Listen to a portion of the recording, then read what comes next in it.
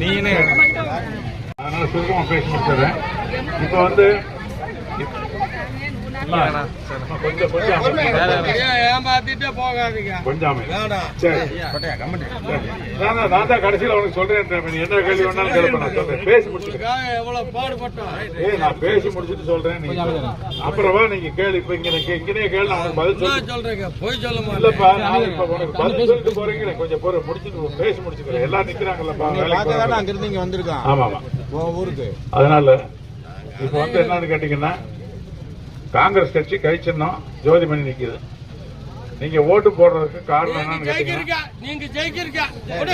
ஒரே போலமா. ரொம்ப சந்தோஷம். சத்தியமா சொல்றேன். சத்தியமா சொல்றேன்.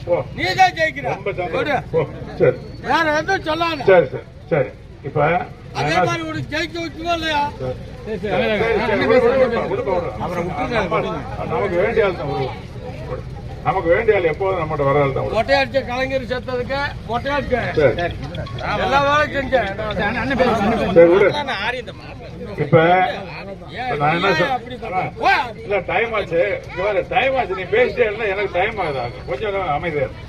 இப்ப வந்து நீங்க நல்ல மாதிரியே போயிட்டு வாங்க. சந்தோஷம். ஜெயிக்கிற நம்ம தாங்க. சத்தியமா சொல்றேன். பிள்ளை போல ஆளுமே சொல்றேன். என் பிள்ளை 2 பேருக்கு போது 11 வருஷம் கிரும்பிச்சு பிள்ளை பார்த்த. அந்த 2 பிள்ளைக்கு போது நீதான் ஜெயிக்கிறப்போ ஒரே வேலை போ. எனக்கு கொஞ்சம் பாருங்க. எதுக்கு அவனா லேட் பண்ண? இப்பமா காசுக்காக எப்படி சம்பாதிக்கலாம்.